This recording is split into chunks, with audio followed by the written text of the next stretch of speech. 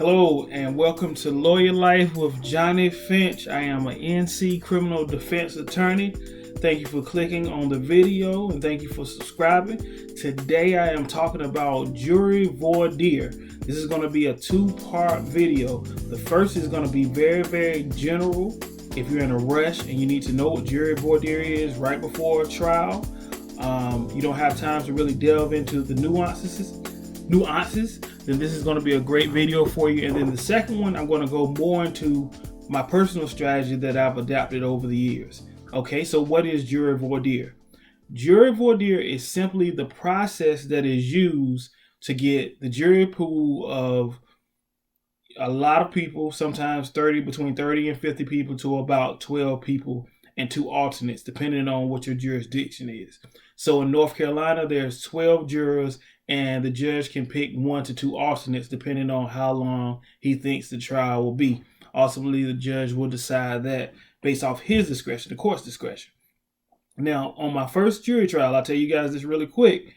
I had no idea what jury voir dire was. I found out about jury voir dire because I was watching the trial before mine, knowing that I was next up in the trial lineup. I'm a criminal defense attorney, and I noticed that the young lady who was trying the case before me was doing jury voir dire. And I knew that the next morning my trial was up, so I left shocked and afraid, wondering what I had to do. It was crazy. I had been through law school. I've been through intense trial practice, but never once did we talk about jury voir dire. So what did I do? I called my good friend up who had been practicing maybe 3 months longer than me in another jurisdiction, which was Virginia. I said, "Hey, Matt, what's going on, man? I have a jury trial tomorrow, and what is this jury voir dire thing? I need to get this done because I don't know how to do it. I don't know how to ask the questions. I don't know the rules. What is going on?" And he gave me the most solid advice that I could give you or anyone else anytime they ask me about jury voir dire. He said to me simply, "Johnny, play it like the bar scene." What do you mean, Matt? He said, "Well, listen, man, you're going to go and you're going to ask all these people questions. And if they like you, if they're receptive to you, you keep them on the jury. And if they don't like you or their body language is closed towards you, then you let them go." He was like, think about when you go to the bar, you meet people, you introduce yourself. Maybe you buy them a drink. They may buy you a drink. If they like you, then their body language will be open. You keep them on your jury because they like you. That's the first line of defense right there. If you're speaking with them and they're looking away, they look like they don't want to speak with you, or for some reason they just don't like your suit color, or you get any bad feelings at all about them, you get rid of them. Now, generally speaking, from a very general basis, I think that is the best strategy to have when you're going into jury voir dire if you don't have anything else. And obviously, I had one day before I was going into trial the next day. And again, part 2 of this video is going to delve into more specific instances and strategies that you can use during jury voir dire. On this first part, we're just talking about what it is and getting through it. Okay, so I've explained to you what jury voir dire is. I've given you a general rule. If the individuals who you're asking questions are receptive to you, then you keep them on your jury.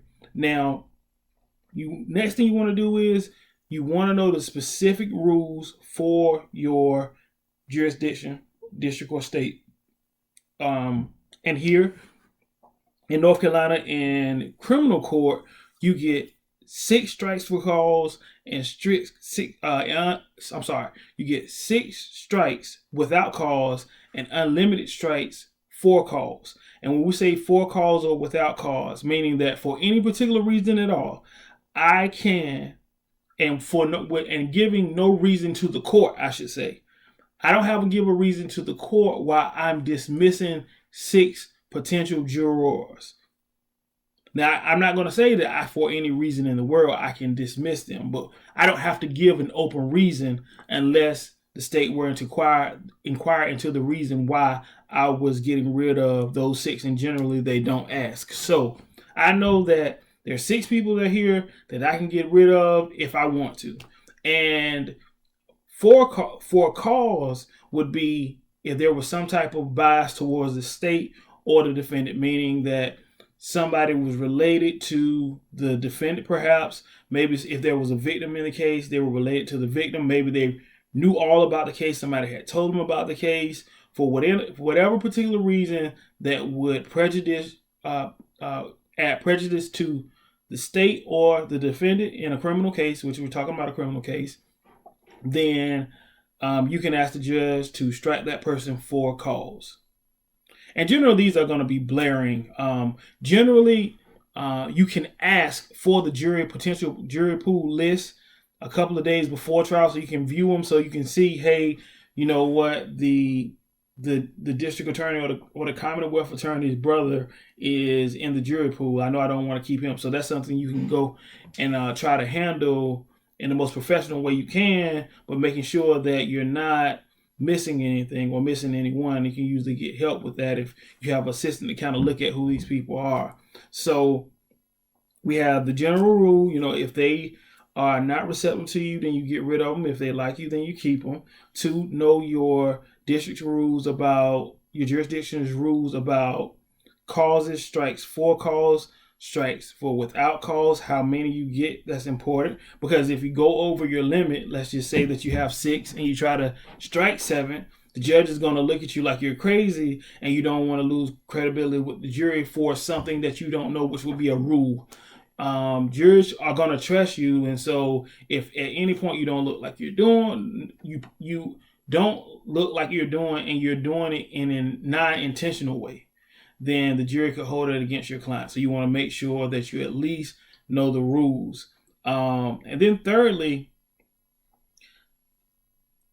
so people say opening statement is the first time that you get a chance to talk to the jurors and present yourself. That's not right. It's doing juror voir dire. And juror voir dire is the first time that they hear your voice, the first time they hear about your client, the first time that they get to decide whether they like you or they don't like you.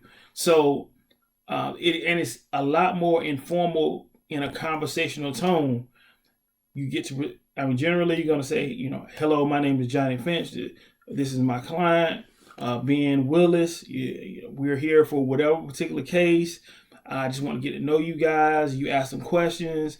You want to have your questions mapped out, everything that you're going to ask, and that's going to be geared towards your case. And we'll talk about that more in part 2. What questions you want to ask for what information you need, depending on what type of case that you have. If it's specifically if it was a DWI, you want to make sure that there's no one that has a bias against anybody who's charged with DWI or problems with drinking. Those are things that we'll delve into part 2. So you want to have all your questions ready. And last but not least, and probably the most important thing is, this is the first time you get to tell them about the burden of proof. So from a criminal defense standard, from a criminal defense perspective, they need to understand that the state is to be held to guilty beyond a reasonable doubt. That's something that you can tell them, you can educate them about in juror voir dire, and then make them promise to be held to that standard.